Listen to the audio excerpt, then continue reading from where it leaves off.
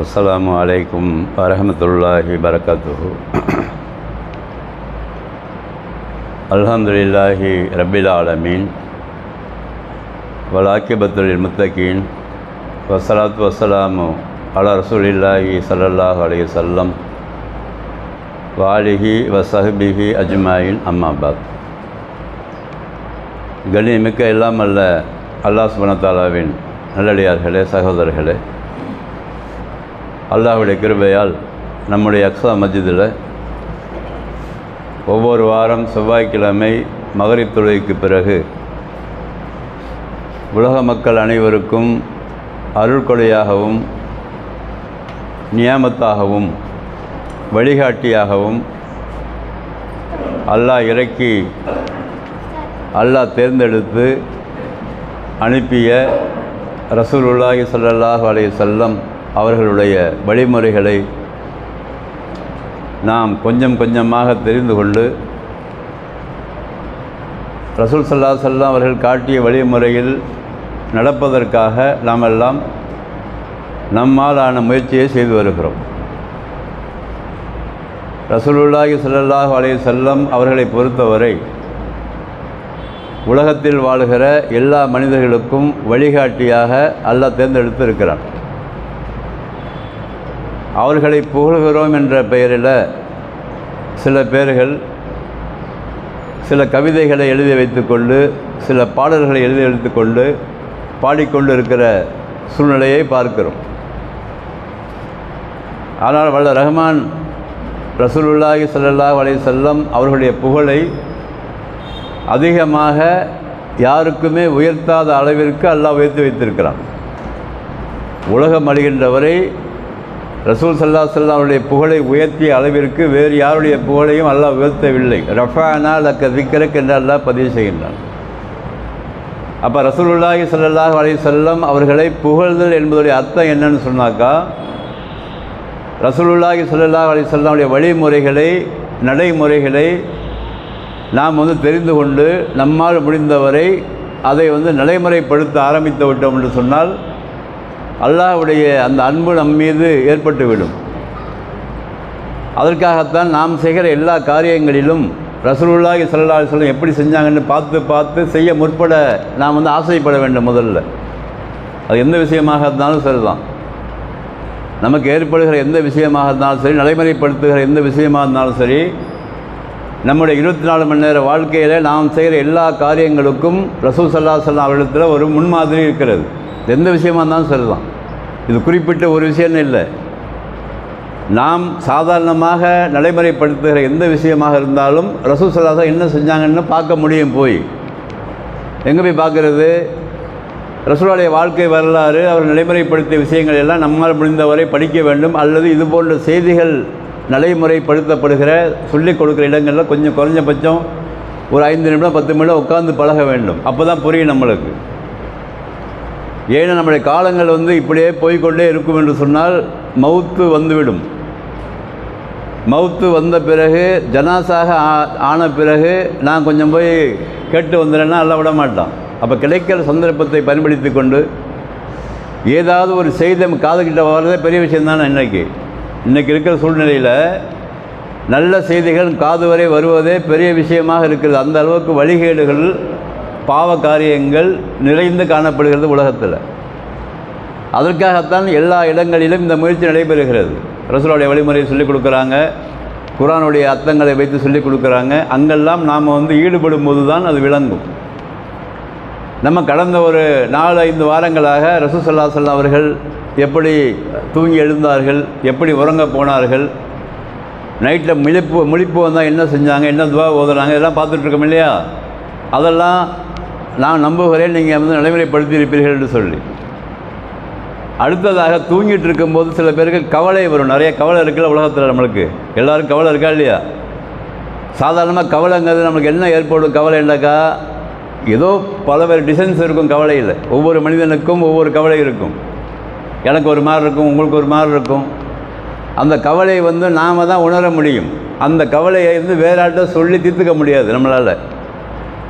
ஏன்னா அந்த மனம் சம்மந்தப்பட்டது. அது உங்கள் வீட்டில் என்ன பிரச்சனையோ உங்களுக்கு தெரியும், எனக்கு என்ன பிரச்சனை எனக்கு தெரியும். அப்போ கவலையே இல்லாத மனிதன் இந்த உலகத்தில் யாருமே கிடையாது.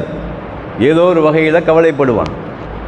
அந்த கவலைப்படும்போது அந்த கவலைக்கு மருந்தாக, அந்த கவலைப்படும்போது முதல்ல வந்து அட்டாக் ஆகிறதே நமக்கு தூக்கம் வராது பல பேர்களுக்கு.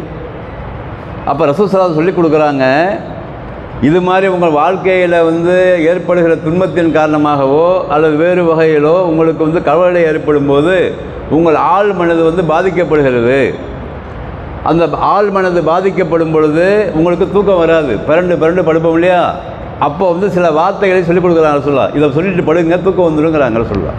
எப்படி இருக்குது வாசகம் என்று சொன்னால், ஹதீஸில் லா இலாஹா இல்லல்லாஹு அலீமுல் ஹலீம் முதல் வார்த்தை இது. நமக்கு சாதாரணமாக லா இலாஹா இல்லல்லாஹுக்கும் தெரியும். லா இலாஹா இல்லல்லாஹ் முஹம்மது ரசூலுல்லாஹ் எல்லாருக்கும் தெரியல இல்லையா? அதில் வந்து முஹம்மது ரசூலுல்லாஹ் எடுத்துகிட்டு லா இலாஹா இல்லல்லாஹ் மாதிரி சொல்லிவிட்டு 2 வார்த்தை எக்ஸ்ட்ரா சேர்க்கணும். என்னது? அலீமுல் ஹலீம். அலீம் என்று சொன்னால் அல்லாஹ்வுடைய பேர் அது. ஹலீம் என்று சொன்னாலும் அல்லாஹ்வுடைய பேர். அலீம் என்று சொன்னால் மகத்துவம் மிக்கவன், அவனை போன்று எந்த ஒன்றும் இல்லை, கண்ணியமிக்கவன். அந்த அலீம் என்ற வார்த்தைக்கு வந்து அர்த்தம் சொல்ல முடியாத அளவிற்கு அவன் உயர்ந்தவன், கண்ணியமிக்கவன் அர்த்தம். இந்த ஹலீம் என்று சொன்னால் மிக மென்மையானவன், இன்னும் நம்மீது அதிகமாக பாசம் வைத்திருப்பவன். இந்த வார்த்தையை ரசூலுல்லாஹ் சொல்கிறாங்கன்னு சொன்னாக்கா, ஏன்பா வணக்கத்திற்கு தகுதியான இறைவன் அவனை தவிர வேறு யாரும் இல்லை என்று நாம் வந்து நம்பிக்கை கொண்டிருக்கிறோம். அப்போ உனக்கு கவலை ஏற்படும் போது எங்கே போகணும்? எவன் மகத்துவம் மிக்கவனாக இருக்கிறானோ, எவன் உன் மீது பாசம் வைத்திருக்கிறானோ அவன் பேர் சொல்லுப்பா. அவன் பேரை சொல்லும்போது உன்னை அந்த கவலையிலேருந்து உன்னை காப்பாற்றிடுவான். நீ ஏன் எதுக்கு எடுத்தாலும் கவலைப்பட்டு உட்காந்துருக்கிற? ஒன்றுமே இது எந்த பிரயோஜனமும் இல்லாத எந்த விஷயமே இருக்காது. அவன் மட்டும் உட்காந்துருப்பான் முறையில். அது எப்படி படித்த இப்படி படித்த அது படித்த இது படித்த திட்டி விட்டானே, அவன் மஞ்சு விட்டானே, அவளை ஏசி விட்டானே, அல்லது எக்ஸாமில் ஃபெயில் ஆகிட்டோமே, அல்லது லவ்வர் விட்டுட்டு போயிட்டானே, இப்படி பல கவலை இருக்குல்ல. இதெல்லாம் என்ன ஆகுனா ஒரு கட்டத்தில் என்ன ஆகுதுன்னா மக்கள் மத்தியில் கவலைப்படும் போது என்ன ஆகுது? ஆள் மனதில் வந்து ஒரு அழுத்தத்தை ஏற்படுத்தி அவன் மைண்டவே வேலை செய்ய விடாமல் ஆக்கிடுது. அவன் எதை நம்புறான்னு சொன்னால் தோற்று போயிட்டேன்னு நினைக்கிறான். அவன் ஒரு விஷயம் நமக்கு வந்துருச்சுன்னா தோற்று போயிட்டோம் நம்ம வாழ்க்கையில். அதனால் தற்கொலைகள் அதிகமாக நடைபெறுகிறது. இன்றைக்கு சின்ன விஷயத்தை தற்கொலை பண்ணிக்கலாம். டெய்லி பேப்பரை பார்த்தீங்கன்னா தெரிஞ்சிடும் உங்களுக்கு. ஒரு விஷயமே இருக்காது, மேலே அந்த கீழே விழுந்துட்டான், தூக்க மாட்டிக்கிட்டான்னு வந்தா இல்லையா? காரணம் என்னன்னு சொன்னாக்கா, எங்கே போய் ஒதுங்க வேண்டுமோ அந்த பக்கம் ஒதுங்குவதில்லை.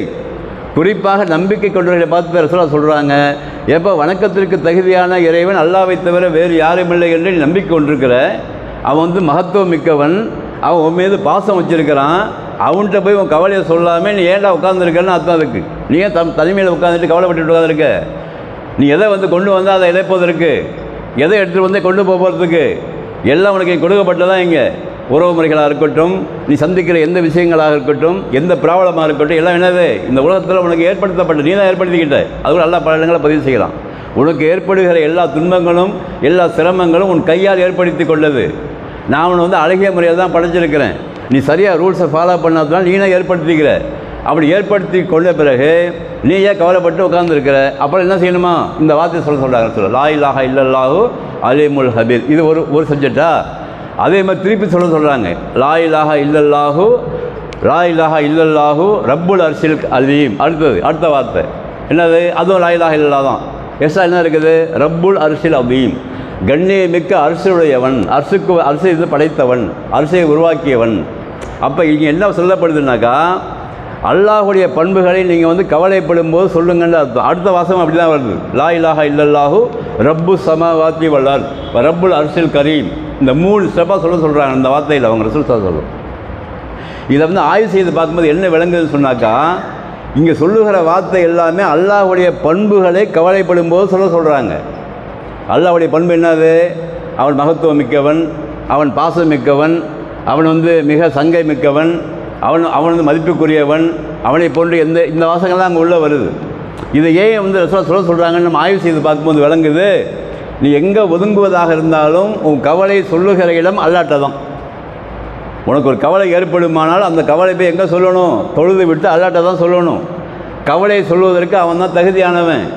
அப்போ இந்த உலகத்தில் வந்து மனிதர்கள் உன்னோடு பழகுகிற மனிதர்கள் மூலமாகவோ அல்லது உன்னுடைய வேறு விஷயங்கள் மூலமாக உனக்கு கவலைகள் ஏற்படும் பொழுது நீ வந்து ஒதுங்கி உட்காந்துடாத, மனசில் வந்து ஒரு தைரியம் எழுந்துடாத என்று சொல்லி ரசூலுல்லாஹ் வந்து ஆறுதல் சொல்கிறாங்க. அவனை படைத்தவனுக்கு இருக்கான்பா, அவன் எப்பயும் ஹய்யுன், அவன் தான் உயிரோடு இருக்கக்கூடியவன், எப்பொழுதுமே உயிரோடு இருப்பவன்.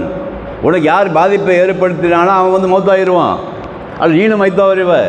அப்போ உனக்கு ஏற்பட ப்ராப்ளம்லாம் அதுக்கு என்ன காரணம்னு சிந்திச்சு நைட்டு படம் தூங்க மாட்டோம்னால நம்ம தூக்கம் வர மாட்டாங்குது சில பேர்களுக்கு. ஏன் காரணம்னா இவங்க ஃபாலோ பண்ணுற விஷயமே ஒன்றுமே இருக்காது. இன்னும் சொல்லப்போனால் அப்போ ரசூலுல்லாஹ் சொல்லிக் கொடுக்குறாங்க, உண்மையிலேயே ஒரு மனிதன் கவலைப்பட வேண்டுமானால் கவலைப்பட வேண்டிய விஷயம் பல ஹதீஸில் வருது. என்னது, நான் மௌத்தானா என்ன நிலைமை என்ன ஆகுமோ தெரியலையே, அங்கே போய் கபரில் அடக்கம் பண்ணிட்டாக்கா 3 கேள்வி கேட்பாங்களே, அதுக்கு என்ன பண்ணணும் தெரியலையே, அதுக்கு பிறகு நான் இந்த உலகத்தில் வந்து என்னென்ன யாருக்கு என்ன துரோகம் செஞ்சேன், அல்லது என்னுடைய தொழில் எப்படி இருந்தது, எப்படி சம்பாதிச்சேன், என்னுடைய வாழ்நாளை எப்படி கழித்தேன், ஏற்கனவே என்னுடைய நடைமுறை எப்படி இருந்தது, இப்போ நான் மாறி இருக்கேனா இல்லையா, அது தொடர்ந்து என்கிட்ட வந்து அதே ஹேபிட் தான் இருக்கா, இதை குறித்து கவலைப்பட சொன்னாங்க ரசூலுல்லாஹ். ஆனால் நம்ம என்னன்னு சொன்னாக்கா இந்த சப்ஜெக்டை எடுக்கிறது கிடையாது. அது நம்ம பெரும்பாலும் இல்லை மாஷா அல்லாஹ். எந்த சப்ஜெக்ட்டு மௌத்துக்கு பிறகு கேள்வி கேட்பாங்களே 3 கேள்வி, அதுக்கு என்ன பதில், என்றைக்காவது கவலைப்பட்டுருக்கோமா நம்ம? இல்லை மாஷா அல்லாஹ், எல்லாரும் சொல்லலை. அதே மாதிரி அல்லாட்ட போய் நிற்க போகிறோமே, நம்ம வாழ்நாளில் இது வரைக்கும் எவ்வளோ வந்து நம்ம வந்து நல்லது செஞ்சுருப்போம், கெட்டது செஞ்சுருப்போம், அதெல்லாம் நம்ம ரெஃபர் பண்ணி பார்த்துருக்கிறோமா? ஏன்னா நம்ம வந்து தயாராக இருக்க வேண்டும் என்று சொன்னால், அல்லாட்ட போய் நிற்க போகிறோம் என்று தயாராக இருக்க வேண்டும் என்று சொன்னால் டெய்லி நம்முடைய கணக்கு வழக்குகளை நாமே பார்த்துக்கொள்ள வேண்டும். ரசூலுல்லாஹ் சொல்கிறாங்க, தூங்க போகிறதுக்கு முன்னாடி அன்றன்று உள்ள விஷயங்களை நீ வந்து இசாபை வந்து உனக்கு நீயே கேள்வி கேட்டுக்கொள். அப்படி கேள்வி கேட்கும்போது உனக்கு கவலை ஏற்பட வேண்டுமானால் எதை பற்றி இருக்க வேண்டும்? நான் போகிற இடத்திற்கான பதிலுக்கான கவலை உனக்கு இருக்க வேண்டும். இங்கே யாருக்காவது துரோகம் செஞ்சுருக்கான்னு பார்க்கணும், யாருடைய சொத்தையாவது என் பேரில் எழுதி வச்சுருக்கான்னு பார்க்கணும், அல்லது வியாபாரத்தில் நான் வந்து சரியாக தான் பண்ணுறான்னு பார்க்கணும், கலப்படம் பண்ணுறானா அல்லது வந்து மோசடி பண்ணுறானா அல்லது மக்களை ஏமாற்றுகிறேனா, இதை பற்றி கவலைப்பட்டு அதற்கான மருந்தை தேடிக்கொண்டு நீங்கள் தூங்க போங்கிறாங்க. இப்படி தூங்க கண்டிப்பாக மனசு வந்து பொய் சொல்லாதில்ல. அல்லாஹ் படைத்த மனசு வந்து எப்பவுமே பொய் சொல்லாது. என்ன செய்யாது? தப்பாக தான் இருக்கிறேன் நான் கண்டிப்பாக சொல்லாது. மனது எப்பொழுதுமே பொய் சொல்லாது. யாருக்குமே பொய் சொல்லுகிற மாதிரி அல்லாஹ் படைக்கவில்லை. நீ என்ன மேக் பண்ணி சொன்னாலும் மனசு பொய் சொல்லாது. அப்போ தூங்க போகிறதுக்கு முன்னாடி ஒன்று ரெஃபர் பண்ணி அந்த கவலையை ஏற்படுத்தி கொண்டு, எந்த கவலை? கபர்ஸ்தான் கவலை, கேள்வி கணக்கு கவலை, மௌத்தான் என்னங்கிற கவலை, உலகத்தில் என்னுடைய வாழ்க்கை சரியாக தான் அமைஞ்சிருக்காங்கிற கவலை, நான் வந்து எல்லோரும் கடமையை சரியாக செய்கிறேனான்னு கவலை. இதை கவலைப்பட்டு கொண்டு அதுக்கு வந்து ரெஃபர் பண்ணுங்க, அதுக்கு தீர்வு கண்டுக்கங்க. அப்படியே மிஞ்சி உங்களால் செய்ய முடியலையா இந்த பேரை சொல்லிக்கிட்டே இருங்க. தூங்கும்போது என்ன செய்யுங்க? லா இலாஹ இல்லல்லாஹ், லா இலாஹ இல்லல்லாஹ், லா இலாஹ இல்லல்லாஹ், ரப்புல் அர்ஷில் கரீம், அலீமுல் ஹபீர், இப்படி அல்லாஹ்வுடைய பேர் வருதா இல்லை இதெல்லாம் சொல்லிக்கிட்டே இருங்க.